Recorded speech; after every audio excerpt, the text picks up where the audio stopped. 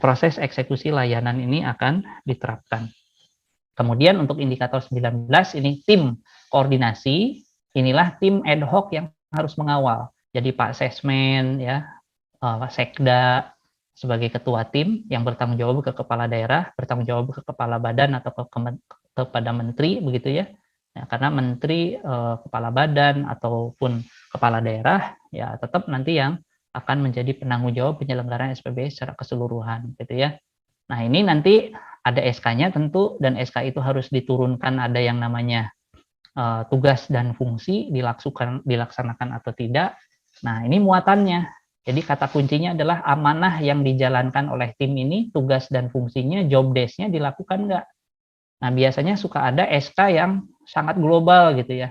Isinya para kepala dinas, ada sekda sebagai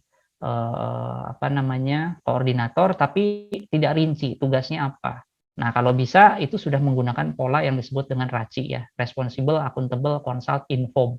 Jadi nanti kalau itu sudah jelas apa kewenangan masing-masing, tugas dan fungsinya, kemudian koordinator timnya mengeksekusi sesuai dengan program kerja masing-masing, nah itu yang jadi kunci untuk tingkat kematangan itu bagus. Nah, model generik kan sudah ada ya Bapak Ibu di beberapa slide terdahulu juga dari sejak 2018, slide ini selalu memperlihatkan kepada kita siapa sih unsur-unsur terkait yang ada di internal pemerintah, bahkan dari perguruan tinggi atau dari Dewan TIK daerah atau dari stakeholder. Kalau di Smart City bahkan lebih luas lagi kan, bisa dari lingkungan bisnis dan sebagainya. Nah, level 1, jadi ada SK-nya, belum, mungkin baru draft. Kalau ada SK-nya, ada tugas dan fungsinya, dilaksanakan enggak?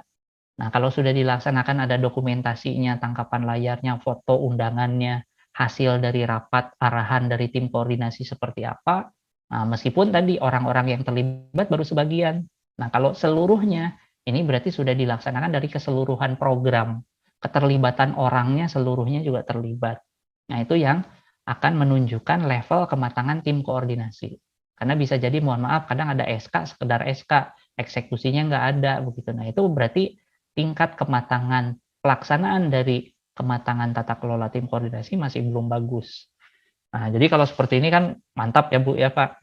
Jadi ada keputusannya, siapa di SK-kan tugasnya apa, ini contoh tangkapan layar untuk rapatnya mungkin pakai Zoom atau apa gitu ya.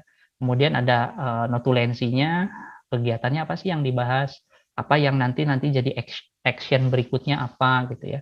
Dan dari hasil rapat itu tindak lanjut dilaksanakan enggak terhadap komunikasi dan koordinasi yang sudah diarahkan itu.